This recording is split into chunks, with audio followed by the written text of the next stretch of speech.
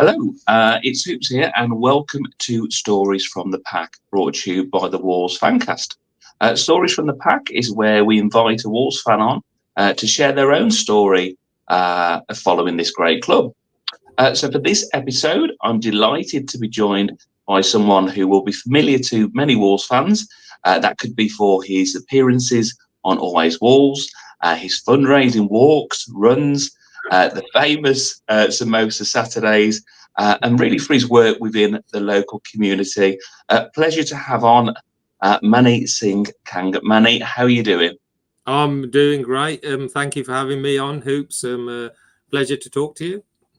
No, brilliant. It's great to have you on. Me and Manny have met only a couple of times, I think, in person, but we've certainly communicated over social media for its We've had craziness. plenty of discussions about VAR, haven't we, and referees and team selections, just normal stuff. Yeah, but it's great to have you on. Maybe to have a little bit of an extended time reading, a little bit of an insight as well. So we'll kick off really as we do with each episode to give people perhaps a background who may or may not be aware of sort of your wall story as such. So if you can, Manny, just talk us through your first memories of Molineux, be that the game, be that the atmosphere, and sort of those formative years. I'll tell you what, the first memory of Molineux was before a game because my sister, at the age of 16, I think she was, she applied for a YTS at Wolves I think it was a receptionist or a secretary. I was 15 and I went to the interview with her. So we entered the ground, the old Waterloo Road stand, which was wooden. It was already closed out because after the Bradford fire, it had been shut down. But the offices were still open in there. So we were in Keith Pearson's office, really dingy, holes everywhere. It was honestly, and I was just sitting there like a little kid, just supporting my sister in an interview. She didn't get the position, whatever she went for, but that was probably the first ever memory of going there. And you're probably from the same era. We remember those times when the ground was just, it was pretty horrific, to be honest. You had the South Bank, and then you had this John Island stand, which was as far away from the pitch as big as the pitch. Like there was another pitch between the stand and the ground, and then two stands were shut. So my first memories of going to the game, Hoops, was I wouldn't say I was a Wolves fan by birth because my father supported them. They came from India in 1960. We didn't really have football in our home. When you turn the TV on, it was pretty much dominated by, back in those days, the Liverpool team of the early 80s. And you'll probably find lots and lots of Punjabi background people in Wolverhampton became Liverpool fans because of that. Right, and, sure. I played for a football team called Coseley Rovers. I'm pretty sure I was the But first. you know what? I think I've seen a photo somewhere, Manny. I'm sure I have. Did you share it recently? Yeah, I did share it. So I look completely different, and this team was full of Wolves fans. So it just happened that they told me to come down to the game, and I'm like, what? You know, they said it was a big game, and I thought, big game? It's Wolves. How can it be a big game? They're at the bottom of the 4th division, but they were actually in the playoff final, and this was the first ever playoffs when playoffs originated, and it was a home and an away final, and we'd lost away against Aldershot, but the home match we were still favourites to come to maybe claw back the deficit and go through. So that was my first game. He took me, my friend Tim took me to the match with the other lads, and pretty packed out the two stands were, as it was a final, and we lost. It was a tragic loss, and I didn't feel like I'd see everyone upset around me, but I wasn't that upset. I was just thrilled being at a football game at the age of, I think it was 14, going on 15. And it was sort of hairs on the back of the neck, excitement, the roar. I think you always, the first ever match, it's the roar, the noise. It's so noticeable because you don't see that in any other place of life, you know. So that was my first game, and then you pretty much get hooked. But it wasn't as straightforward as that. I couldn't really go home and tell my folks that I want to go now to the football. So it was pretty much lying to get a fiver off me mum and dad to get down and go to the match. We used to walk all the way to the stadium, and we'd walk all the way back because we couldn't really spend any extra money on food or buses or anything like that. We just only had enough to get us in. And it started going the odd match here and there, and that's how Wolves came into my life. It's brilliant, and as you say, I mean, and we touched on this, I think, before we went to record. Every story is different, and as you say, there are perhaps those conventional cultural father takes son, father takes daughter. But then I've spoken to others who actually have said, actually, parents really weren't interested, and they've maybe gone through work or through social settings and or through like football groups as well, and kind of you find your way in. But also what I found interesting there, Manny, was I agree with you, when you first start going, although that result was obviously a big result, you're not kind of how can I put this? The results aren't the biggest factor, are they? It's the fact that, wow, okay, there's a lot of people here, there's the noise, there's the sound and the atmosphere, and people you might be with are going, oh my God, why are they so heartbroken? And it's like, little do I know, fast forward how many years, you're like, oh, I'm one of them now. You know? I'm one of them, we got conditioned. We had plenty of opportunities to express our sorrow in many ways since that day. So back then we know the issues with football in this country. There was a hooligan element that was prevalent in the 80s, but all my mates were like white English because I was the only Asian guy playing in that football team. So I pretty much had a ring of like mates who took me and looked after me, and I was probably sanitized away from anything going on. I remember one match we played West Ham in the old First Division, and there was a bit of a running battle down the ring road after I think they beat us. I think Ian Bishop or someone scored. They beat us 1-0 or something. It was a pretty awful match, and their fans were a little bit tasty afterwards, But generally, I've never seen any real trouble. Little bits and pieces, the odd comment here and there, got hooked and tried to go as not as a season ticket holder, but just when I could. Yeah. And I guess going into, I mean, there's been so many games over the years, and as you say, that you've got the backdrop of starting out at a time when the club is pretty unrecognisable than it is today. But what about sort of any particular games that stand out over the years to yourself? Yeah, so you know what, the one I always mention this, and I still to this day, even though we've had some great times in Europe and the FA Cup and stuff like that, I still think it's the best atmosphere I've ever been in, and that was Sheffield Wednesday at home in the FA Cup.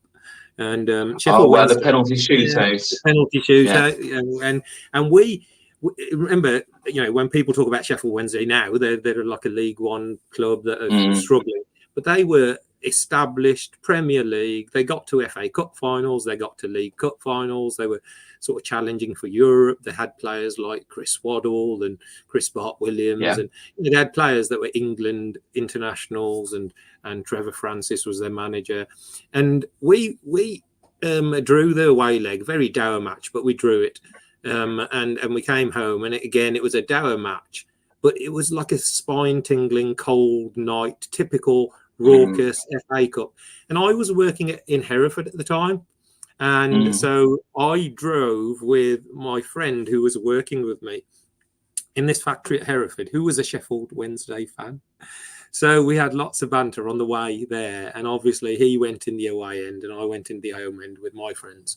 And that penalty shootout, you imagine we're 3-0 down, it's all over. We're 3-0 down, we headed towards the turnstile.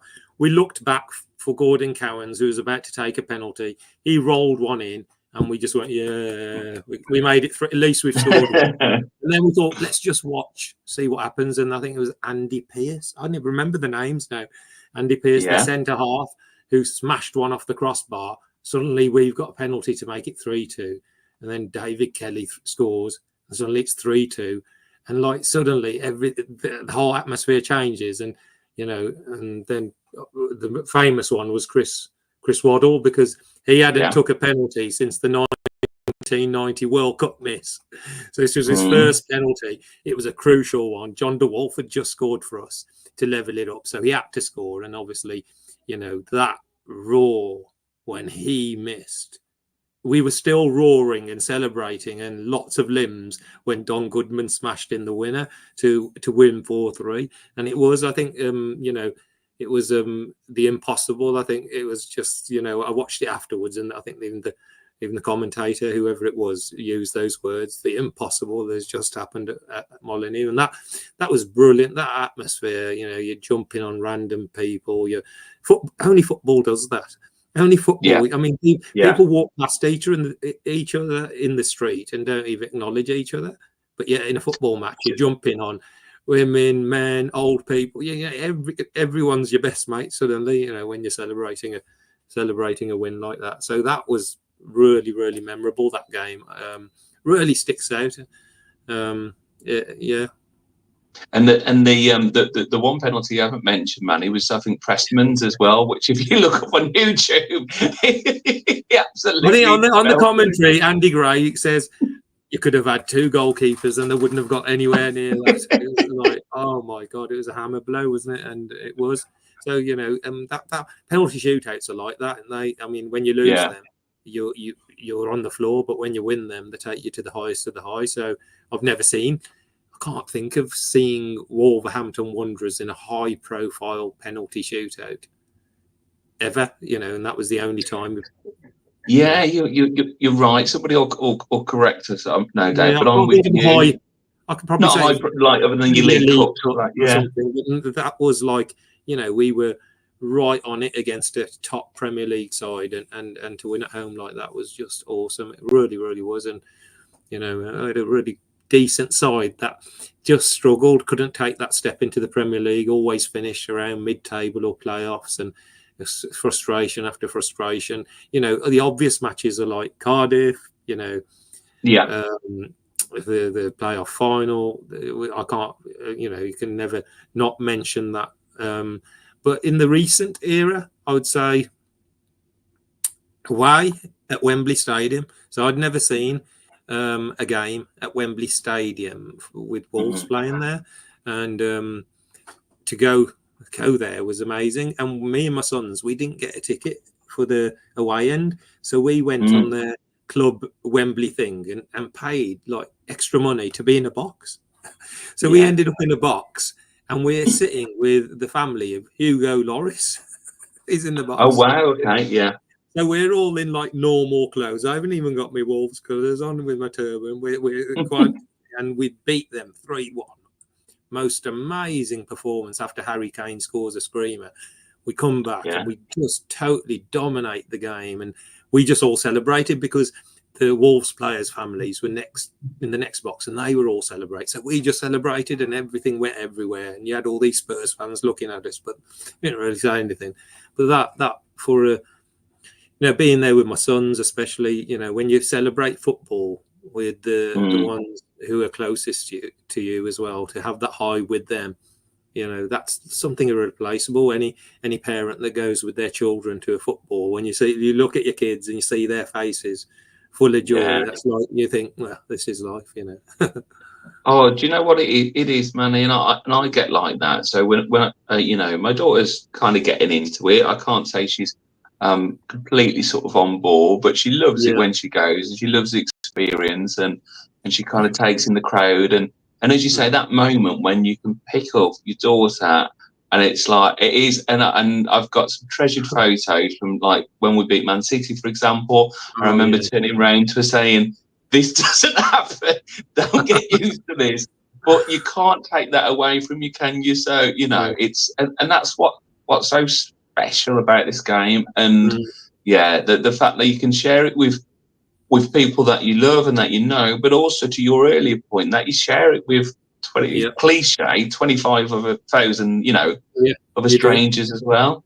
Completely. And that's probably why we as a fan base was in such an uproar this summer when the pricing structure was announced at Wolves, because it was those moments where parents with children were suddenly thinking, we're priced out of this, and you're robbing them of, like, that's what they do for their to build this bond between parents and children. For example, when I go on an away day, that's like 3, 4, 5 hours of driving in a car that I spend with my sons. That's quality time that I'm not going to get back in any other way, shape, or form. So it becomes this huge event where it builds trust. You learn about them, you ask about their week, and then you enjoy those moments as well. And and we need to protect that in football as much as possible.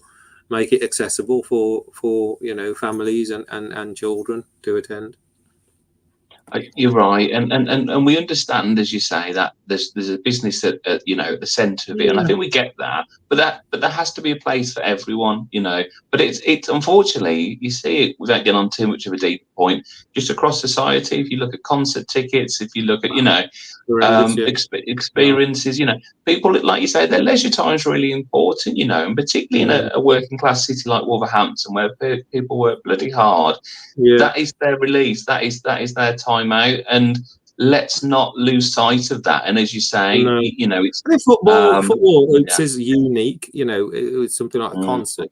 You might attend 1 or 2 a year or something, like a one-off. Where football is, it becomes part of your calendar. This is part of my calendar. I'm sticking this on my diary.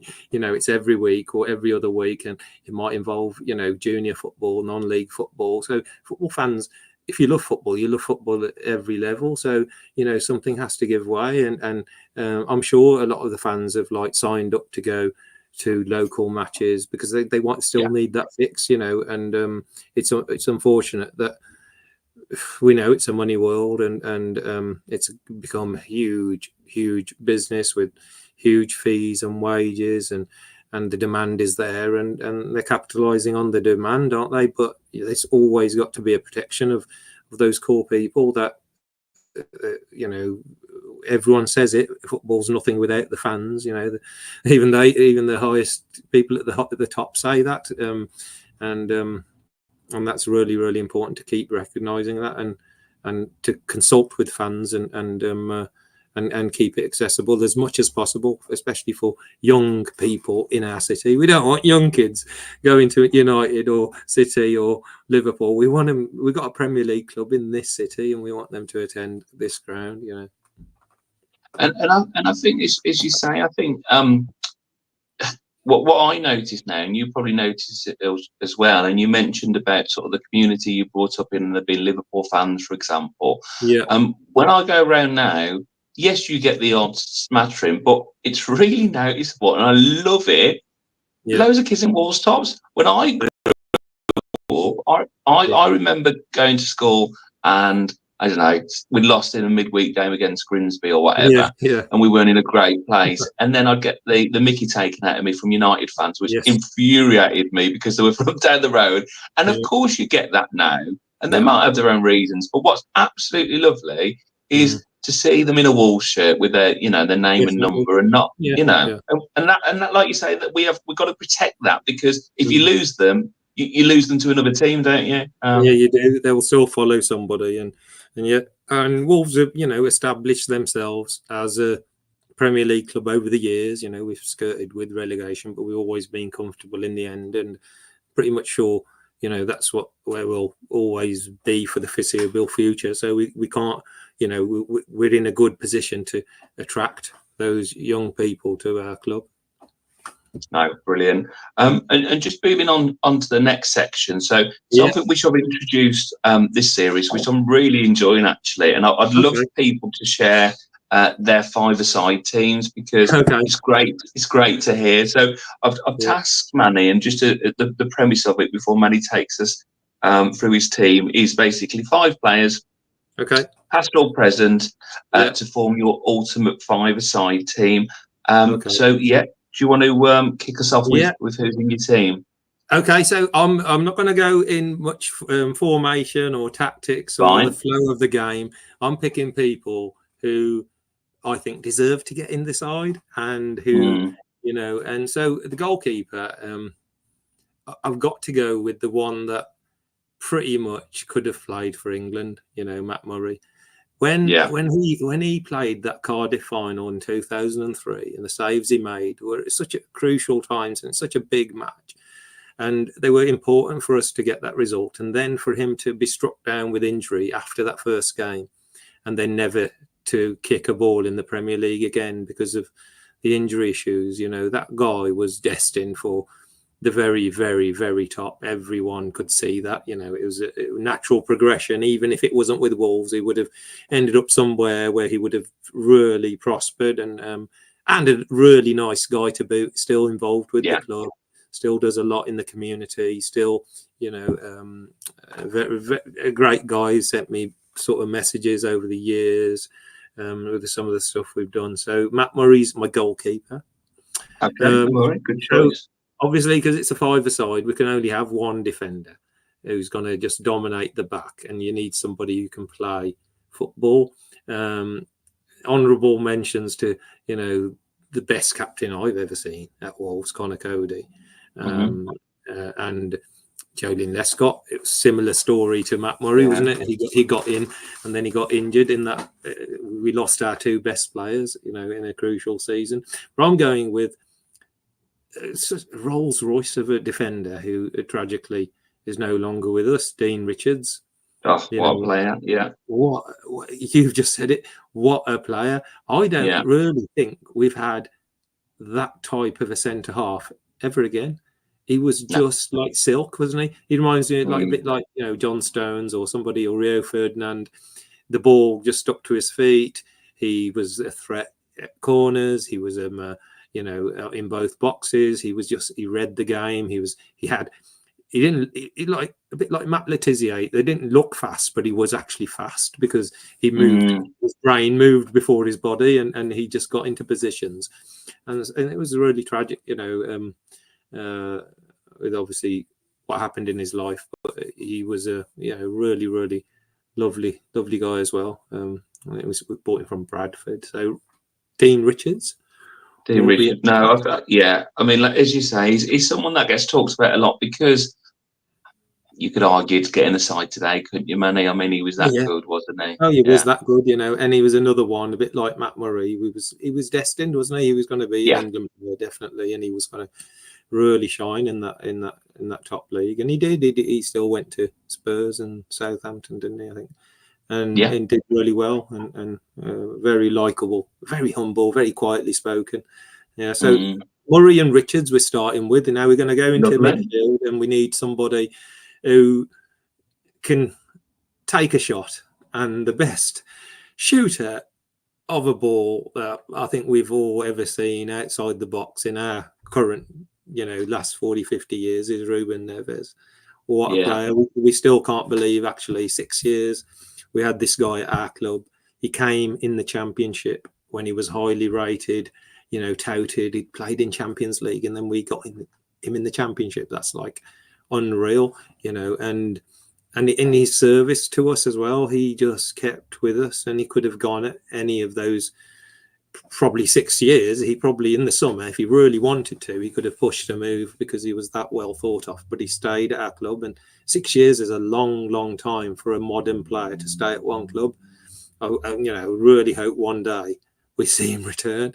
I still think he's fully in love with Wolves. Personally, he was another one, along with Conor Cody, who was really invested in some of the fundraising we did, and used to send many messages and support, and used to donate shirts and stuff like that. He used to do stuff behind the scenes with his family, a very grounded family, very humble family, his wife as well, and the kids, and they've all grown up in Wolverhampton, all sort of lived there, and what a wonder. And that's him as a human being, but as a player, arguably, we haven't seen anyone better as a footballing midfielder, all-round player at the Molineux for, like I said, 3-4 decades, probably longer. So he gets in, doesn't he, Ruben Neves? Yeah. Brilliant. So we got Murray, Richards, Neves. Okay, so two more. Yeah. So obviously up front is it's got to be Steve Ball. He's probably not the normal five-a-side player, but if he gets a shot, you know, I was toying with the idea of Robbie Keane, a little tricky, tricky sort of can use the flicks and tricks and bounce the ball off the boards and everything. But Bully was just, he's going to be in the right position, and if he's had a shot, he's going to score. And we haven't had a player where, at the start of the game when all the team comes out, Bully used to come out last and run down the centre circle. I remember, yes. He used to sprint and then clap all four sides, and that roar when he used to run out, everyone just waited for him to come out. And very rare that he didn't score. Those seasons. So I'd started at Aldershot, when he'd scored 18 goals that season, but we failed. But the following season he goes like 52 and 50. It's like the numbers that have never been repeated at any level, and just simple, hit it low, hit it hard.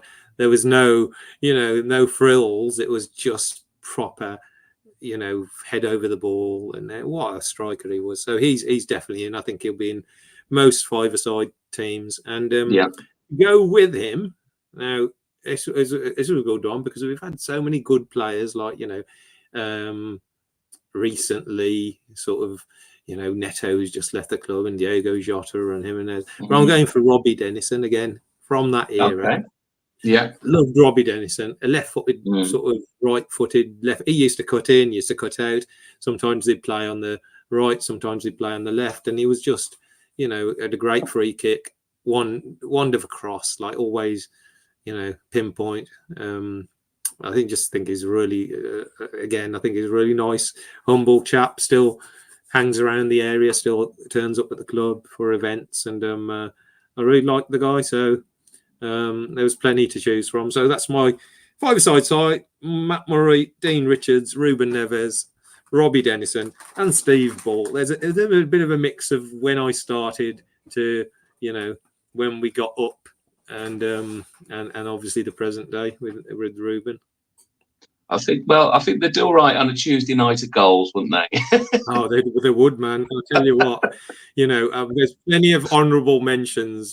People like I said, if it wasn't Richards, I'd go for Cody. In the back. And it's the midfield. We've been so blessed with, like, especially recently, with Moutinho and Lamina and Gomez. I mean, they'd all have to wait in line, I'm afraid. Yeah. So. Brilliant. No, brilliant.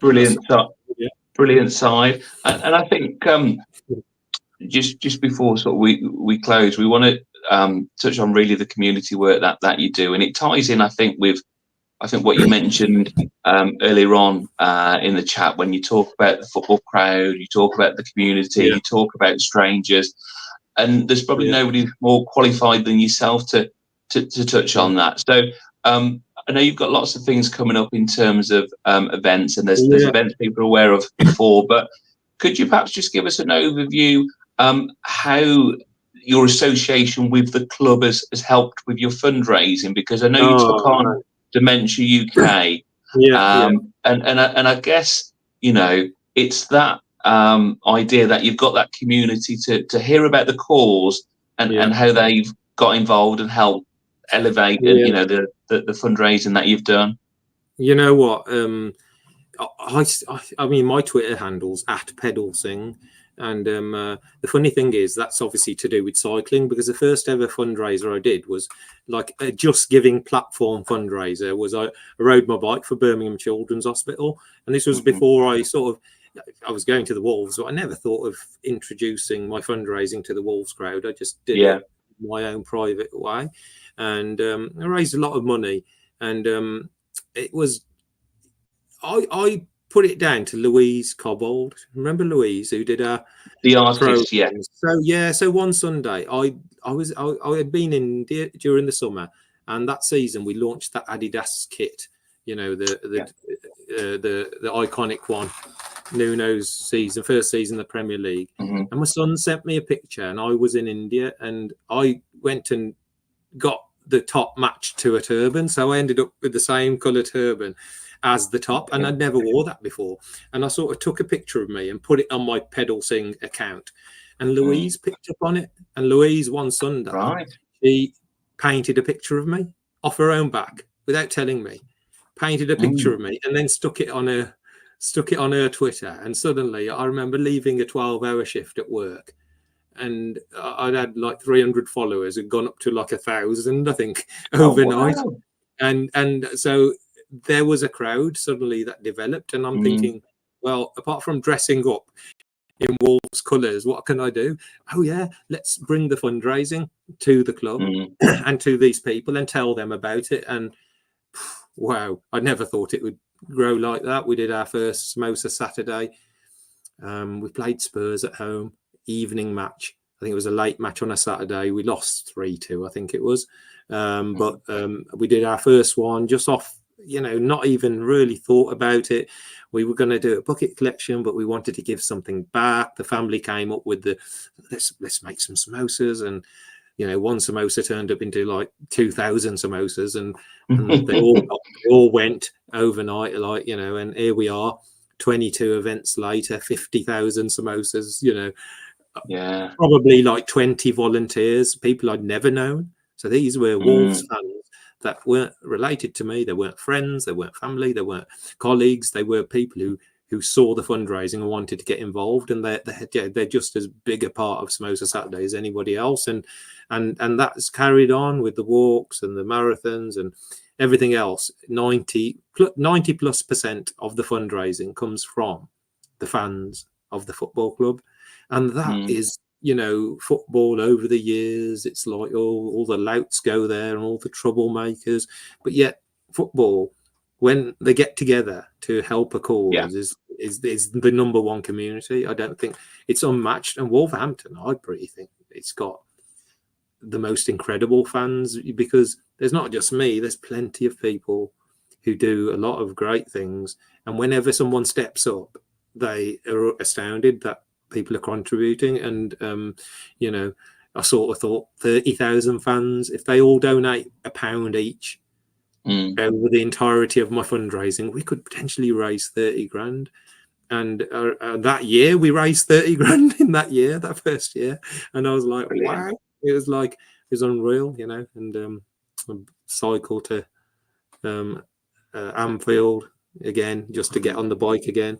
And the running and the walking just came into my life. I don't even like running. I'm not even the greatest walker, but I don't know, I just got something that I call it the mental capacity that I've managed to tune into, that makes me believe that things are possible if you really focus and use the qualities that we have within us. Every single human being has the same ones. We just got to open that box, drag them out, and then we astound ourselves, and it's carried on. And it's I don't think too far ahead, in years ahead what will happen. We just sort of live in the moment, see what we can do when we can do it, and the crowd always responds. Not just Wolves fans, fans from other clubs, Liverpool, Newcastle, Chelsea. When I walk there, some of the fans from their clubs were, these causes like Dementia UK break all boundaries. They're beyond colour, they're beyond the shirt you're wearing.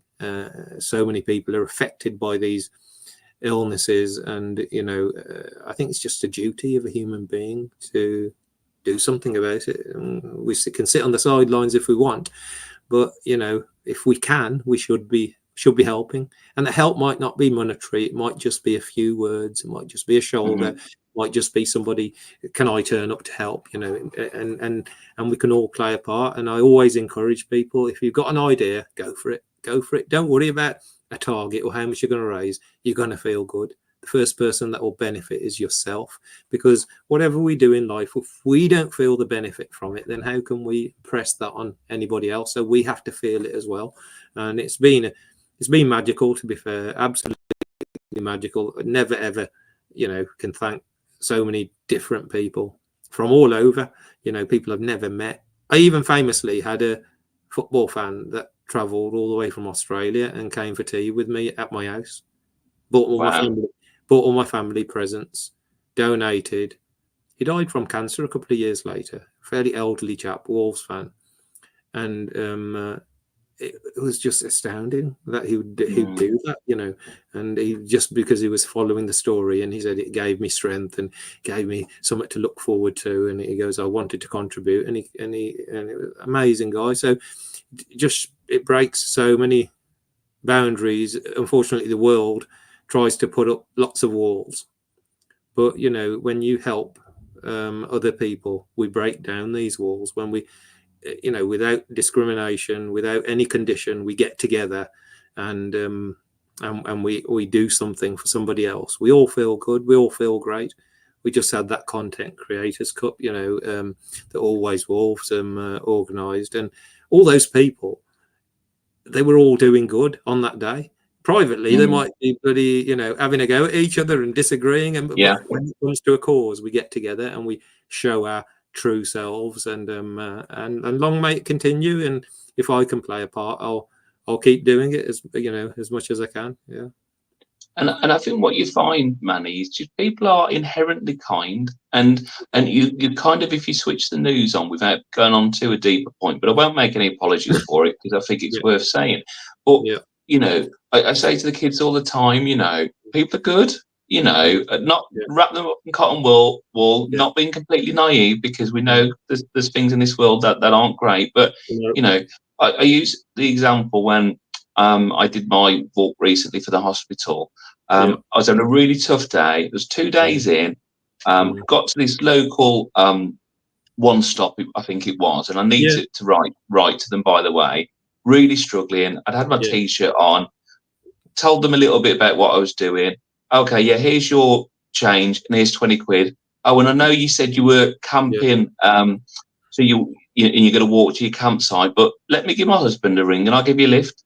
And to that, just those little bits, not knowing me from anybody else, you just find those people, don't you? You find them because they may be united by a cause, and or they've just got that inherent essence in them. They're like, you're struggling, or you're going for a greater goal, and we just want to help you. We want to help you. And I think that comes with meeting people. So you met that person, you had a conversation, they saw what you did, and that's what sometimes the world is so busy, you know, at school, at home, at work, and they're doing their own thing, and we forget sometimes just to stop and actually talk to our neighbour, and go over the shop and ask the shopkeeper if he's having a good day, and stop somebody walking the dog and talk about something randomly.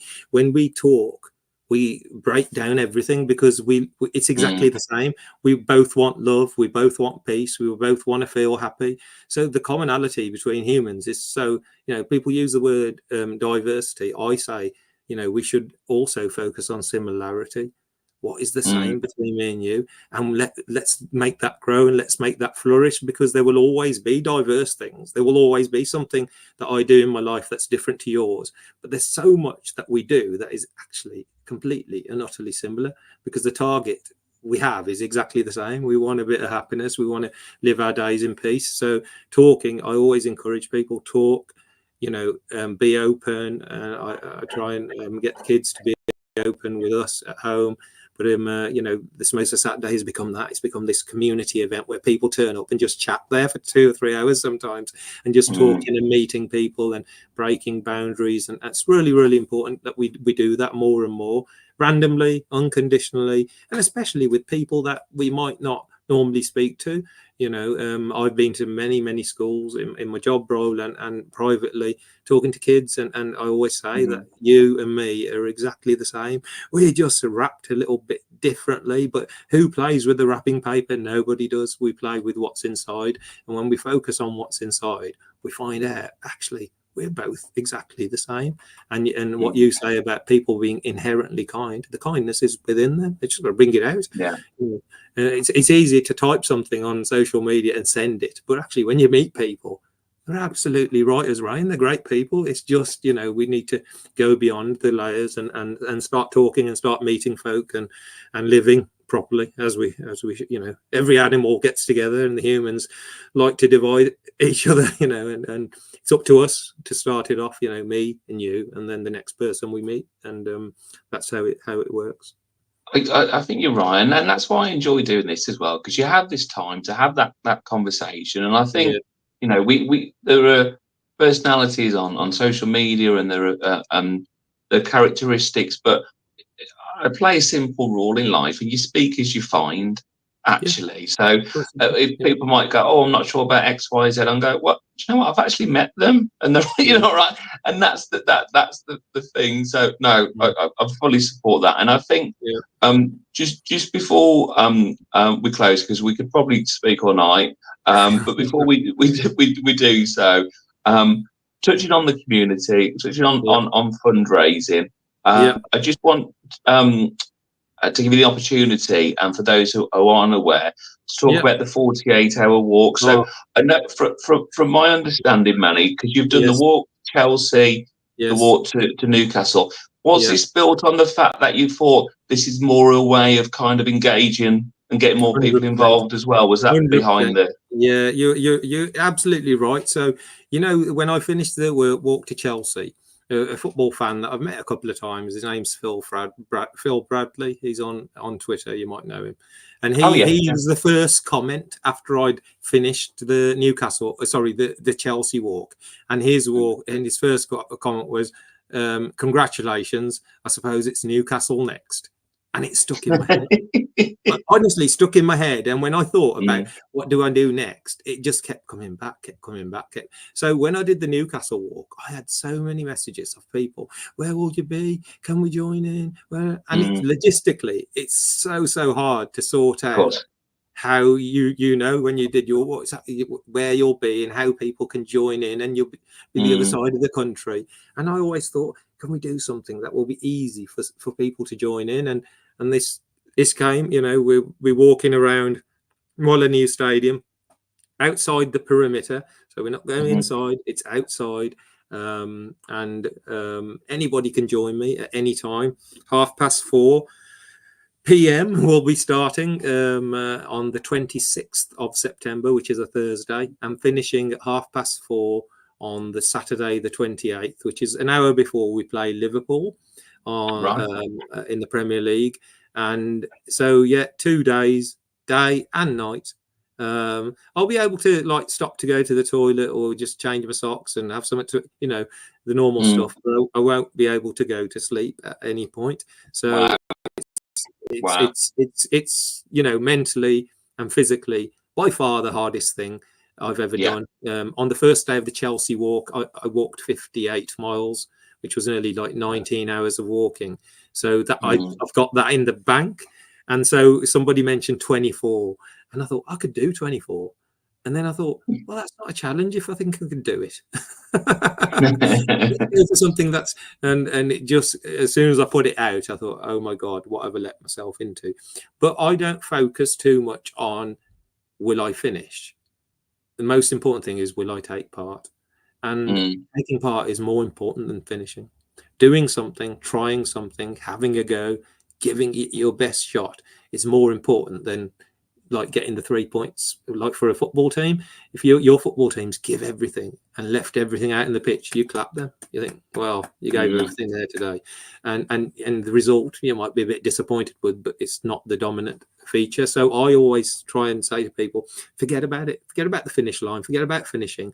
Take part, enjoy the people that are going to join you, enjoy the moments, enjoy the days, enjoy the conversations. I've got schools coming out. I've got a special school who's coming out. I've got people in wheelchairs coming up. There's a fan from Yorkshire. There's another guy from Newcastle coming.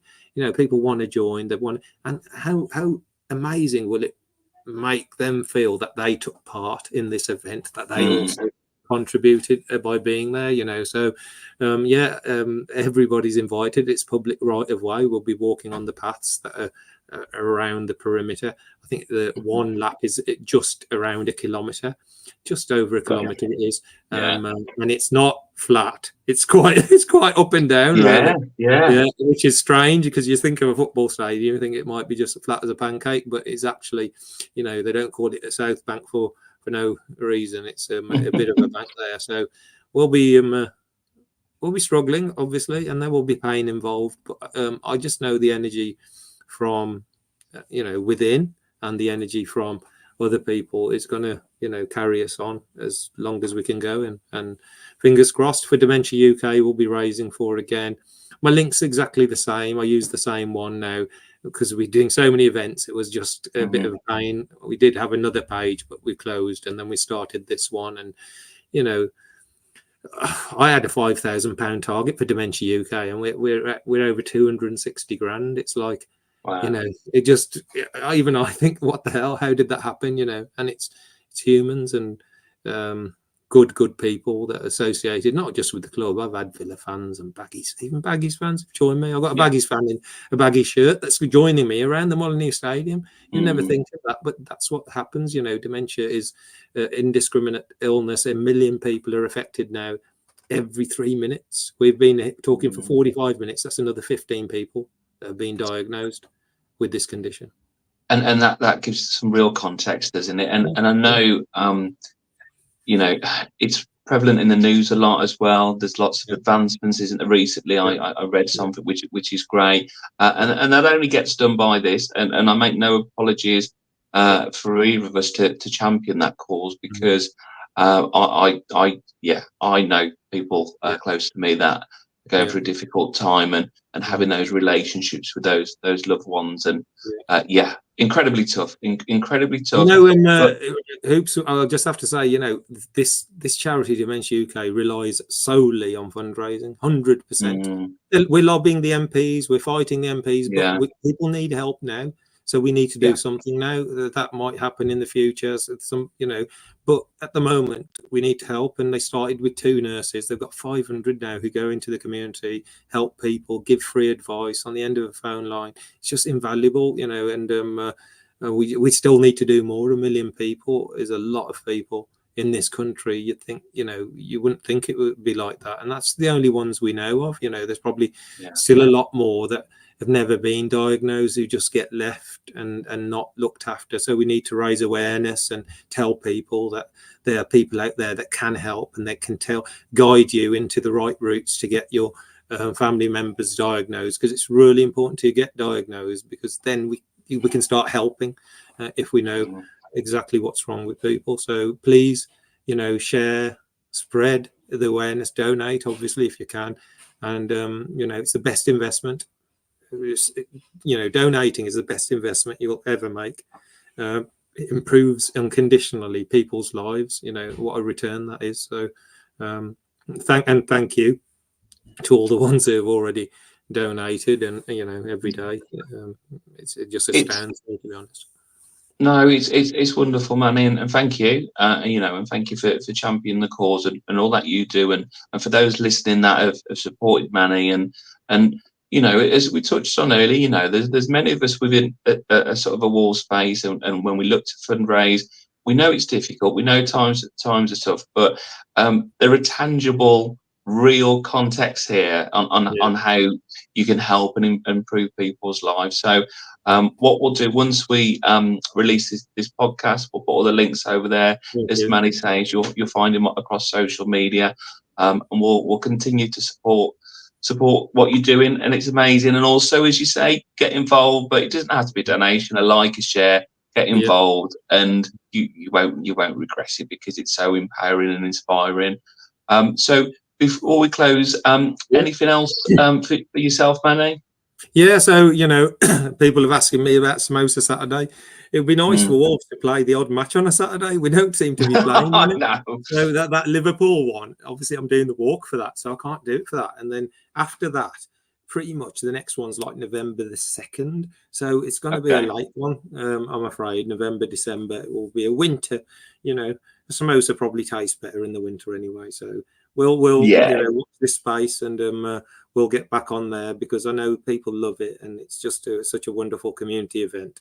So we will do one before the end of the year, and just thank everybody. Talk, communicate, connect with people, ask questions. You know, don't make judgments. You know, just learn. That's what we're here to do. And the more we learn, the better we get, and the better we get, the better our lives are. So thank you for talking to me tonight.